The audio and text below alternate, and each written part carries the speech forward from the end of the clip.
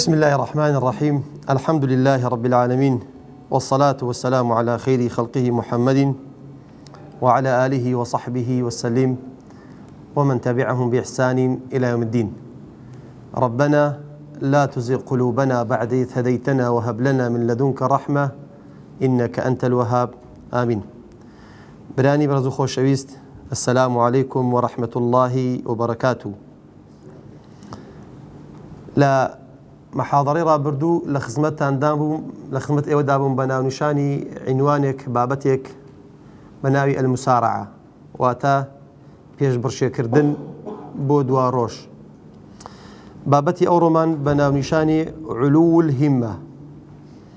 كم مناسبيشي تواو هي لنوان او دو عنوانانا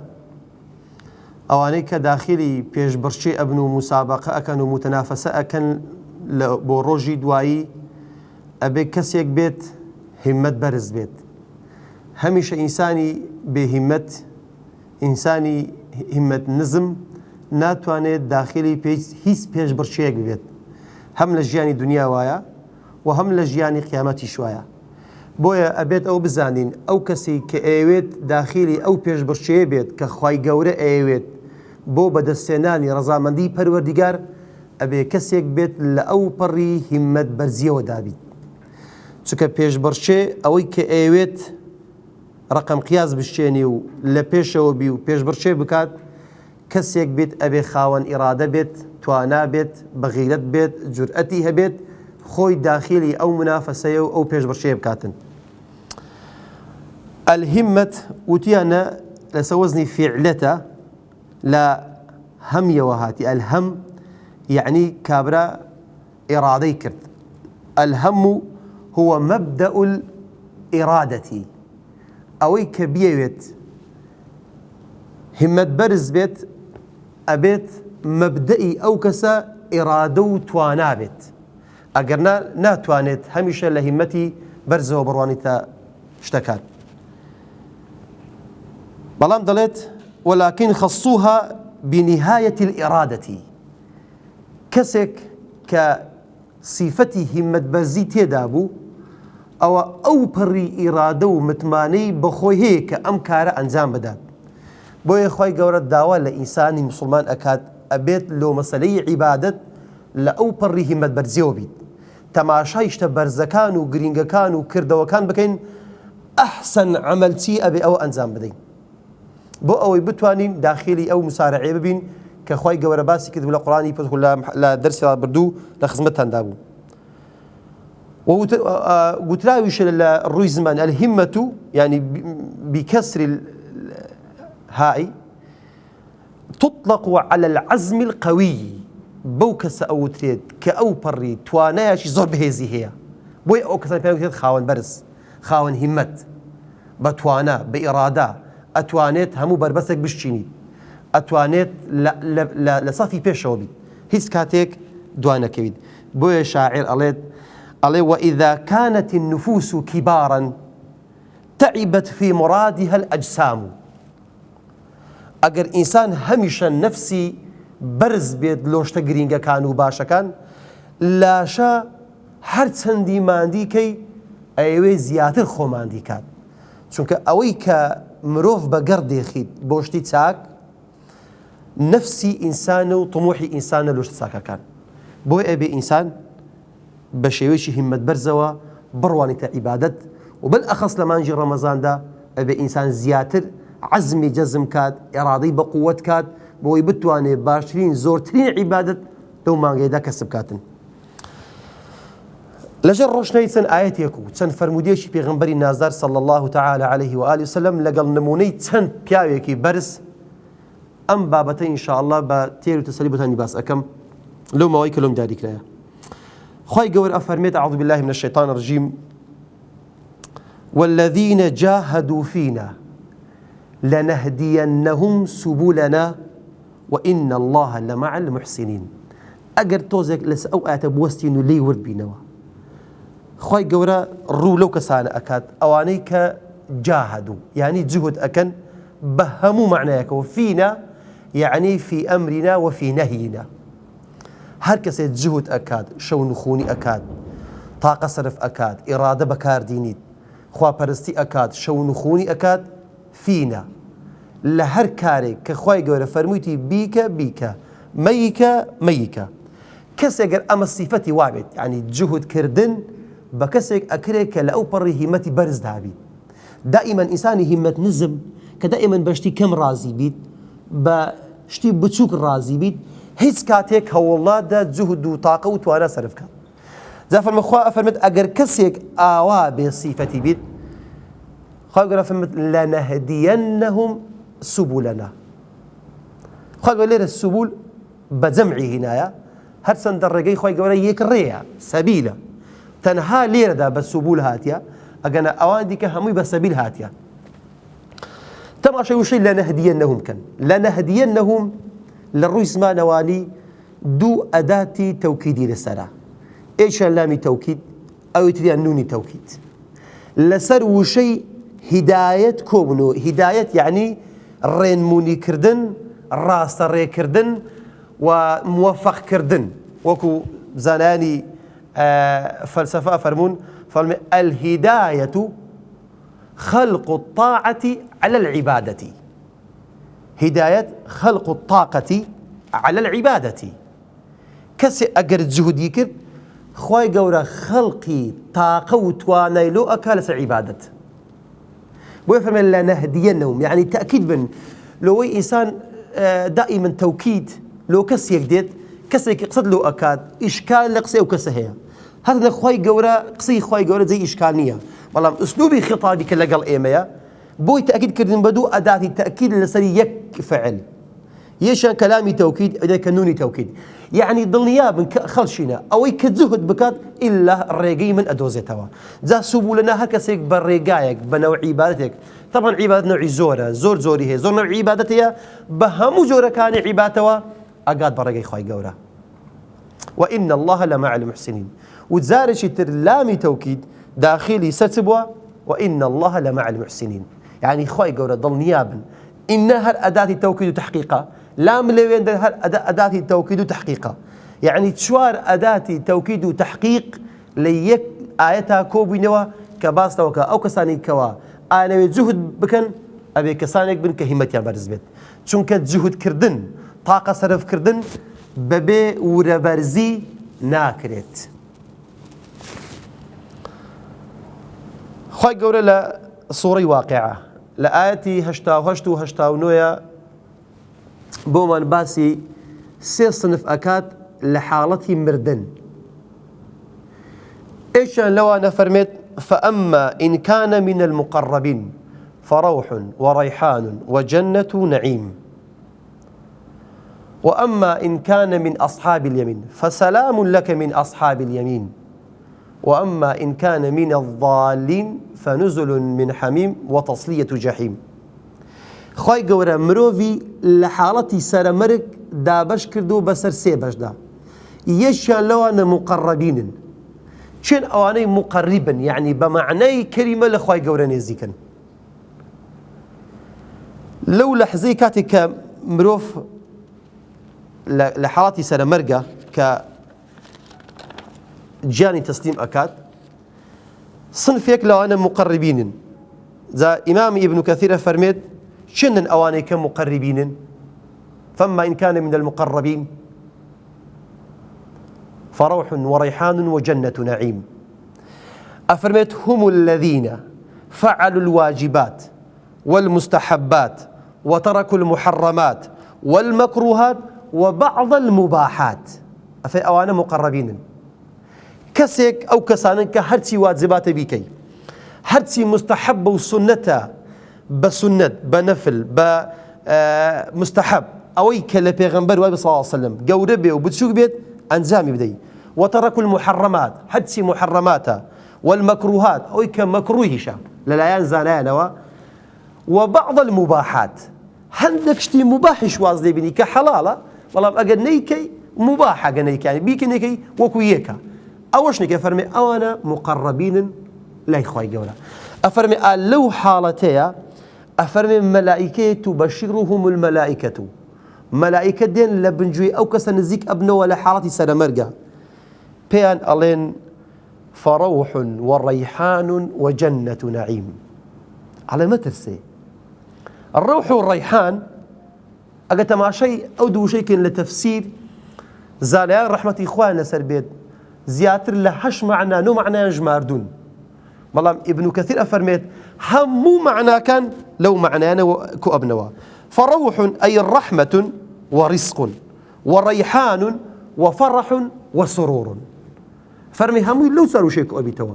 همو معنى الروح والريحان بزور معنى هاتيا زانان معنى جاي اللي روي تفسيره ومعناه القتيا. والله ابن كثير رحمة الله فرميت سردزم همو قصي زانان مفسر فرمي لا فرحمة ورزق وفرح وسرور معنى روح وريحان وجنة نعيم.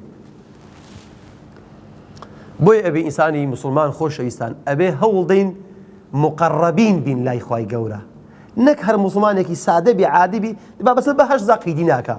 والله أبي إنسان أونده همتي برز بيد والله إخوة بهم هنا رزي مقربين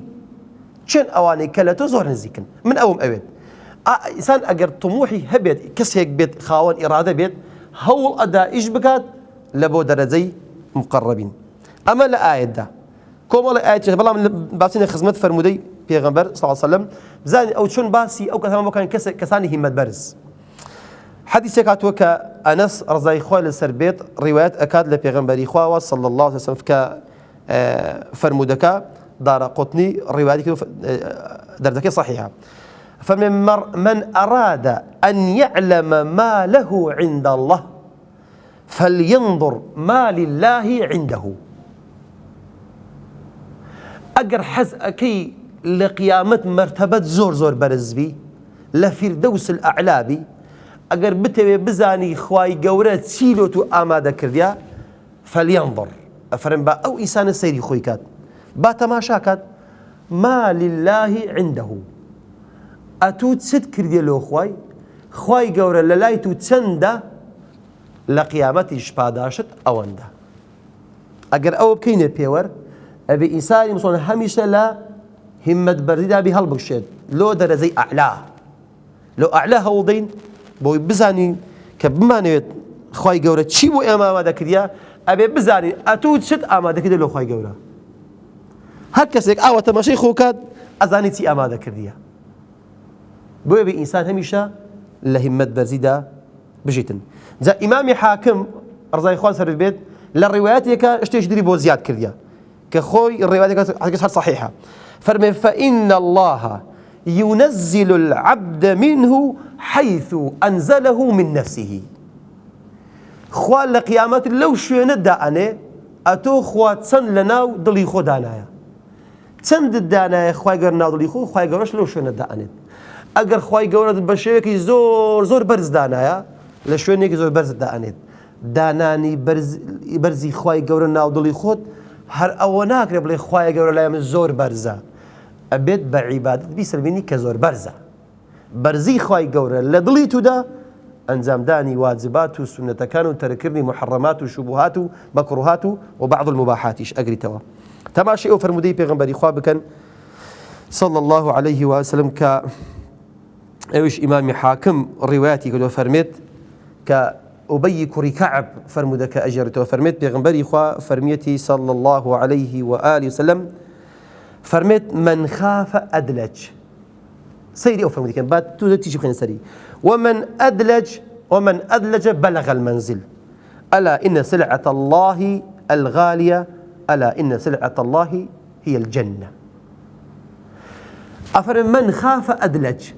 هركسيد ترسي هبه لخواي جورا لي بترسيد أفرمي بري أكويت ذا أدلج أجر بلين أدلج بس يكون بخويني نوا بوك سأوتيد كبداية الشوي والري أكويت أجر بلين أدلج بتجديد بخويني نوا بوك سأوتيد ككوتاي الشوي والري أكويت زنان أفرمون هندك رأيان وايا أو حديث باث الشون ويجا أو إلا خوا بترسيد شو أكويت ربو عبادة بلام أصحي أقوال لا يزانا نفرمن أو حديثة عمومة تايبتني بشونيش راس باث الشو أكاد أولي شو يانكو تاي شو مثلا أو حديثة عامة لهمو كردوية إشتاك ما بس يسير لنمونيها هەر کەسێ بیەوێت بگات بە دوا منزڵگە ئەفەرمێ ئەبێت شەون و خونی بکا بە معنای کەلیمە لە هەموو کاتێک بۆ هەموو عیبادێک لە هەموو شوێنێکە بۆ چونکە فەرمێت ومن ئەدلەج بەلەغ المەنزل هەر کەسێک ئەگەر شەون و خونی بکات ئەگا بە دوا مەنزڵگای خۆیەوە چۆکە کوتاڵ و کەلوپەلی خۆی گەورە زۆر بە قیمەتە کە ئەویش بریتە لە بەهەشت خۆشەویستان بە کورتی علو الهمە هیممەت بەرزی یان ئەو تێدە نوێژدایە یان لە ڕۆژیدایە یان لە زەکاتدایە یان لە سەدەقاتدایە یان لە جیهاددایە یان لە ذیکری خۆی گەورەدایە یاخۆت ئەو تێ لە تیلاوەت و قورئان خوێندندایە ئەمانە ئەکرێ ئینسان دەوانەدا ئەو پەڕی هیممەت بەرزی تۆمار بکاتن ئەمن هەر بە نمونە چەند نمونەیەک دینەوە بە کورتی تەماشاکەین پێغەمبەری خۆمان صلی الله علیه وسلم کە مغیرەی کوڕی شوعبە دەجێڕێتەوە فەرمێت پێغەمبەری خوا صلی الله علیه وسلم فەرمێ صلى حتى انتفخت قدماه قال أوندن نوێژی ئەکرد پێەکانی هەڵاوسان ئەستورە بوون فقيل له يا رسول الله فرمان يا رسول الله أتكلف هذا وقد غفر الله لك ما تقدم من ذنبك وما تأخر فمن يا رسول الله أو جهند خوش شقي أكي لا كانت أستور بوين ألا وصينا بو هند شون خوني أكيو هند شون فمي أفلا أكون عبدا شكورا أي حزناكم كمش عبد يقوم زور شكراني خوي قوربكم تماشي أو همت برزي بيغان لقل أوي كخوي قورا لقناحي بيشو باشي خوش بوا بيكاني لنجا هلا عوسين كولنادت أو بري يعني بلا برزي همت برزي بيغنبري خواه صلى الله عليه وسلم تومار كردوا ربيعي كوري خثيم ابن كثير رحمتي خواه لسربي لتفسيري خوي دا كأيوه تفسيري آياتك بكات دير قولي ربيعي كوري خيثم دينيت ربيعي كوري خثيم أفرمي الربيعي كوري خثيم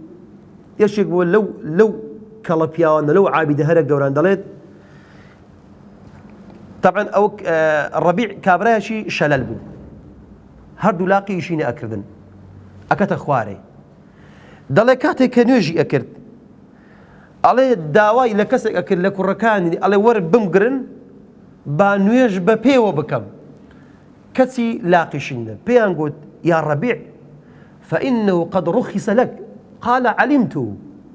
فرمي والله خو أزانم خواي قورا رخصت له من دايك أمن ببيو نويج بكم ولا مالش نويج بكم بلام نيمة مزقود بلام قلتي قال قد علمت أمن زاني مكاتك كجملة بانك أبيد ولكن أسمع النداء بالفلاح على أمن أزانم بانك دانوي مزقود نويج لمزقود فلاحي تيدايا فرمي يلا ورن بلدم كان أيام بربو مزقود ألن لبر أوي تزاني بوي راوستان ببي وخيري زياتر لدانشتن كسي وعذري شي هبو يقولنا ده بيدوك الزبمقرن أما إلا نجيب بي وكم سبحان الله أو همت برزي أو كلا بياوانا لاقي شي نبوه والله مش حزي كرديان نويج ببي وبكات نوك بدانش نوا نويجكي بكاتن شيخ معروفي كرخي معروفة لا يهمو كسيك خوي معروفة دالت زارك بياويك هات داوای سەدەقەی لێ کرد دەڵێ ئەوەندە دەست کورد بوو گوتی وەڵڵاهی هیچم نییە بدەمێ لەو نەعلەی خۆم زیاتر دەڵێ هەردووک نەعلەکانی لێ پێ کرد دایە ئەو فەقیرەی دەڵێ پیاوێک لە بازار بینی نەعلەکانی شێخ مەعروفی کەرخی دەفرۆشانەوە هاتەوە گوتی وەڵڵاهی ئەی مەعروفی کەرخی ئەوڕۆم دیت پیاوێک نەعلەکانی توی فرۆشت بە فاکیهەیدا خواردی فرمي الحمد لله خواه سپاس دەکەم کە نەعلی من ئەوەندە قیمەتی هەبوو کابرا بتانی فاکیەک پێ بکرید زجی برسی خۆی پێتێر بکات سەیری هیممەت بەرزی ئەو پیاوانە بکەن لە سەدەقا لە نوێژ لە تیلاوە لە قورئان خوێندن عەبدوڵڵای کوڕی ئیدریس کێشێک بوو لە تابعیە بەرزەکان حوسەینی کوڕی عنقەزی ڕیوایەت ئەکات دەڵێت ئەو پیاوە لە کاتی سەرەمەرجیدا خەریک بوو وەفات ئەکات دەڵێ کچەکەی هات لای سەری دانیش دەستی کرد بە گریان وتی کچم مەگریێ فقال لا تبكي يا بني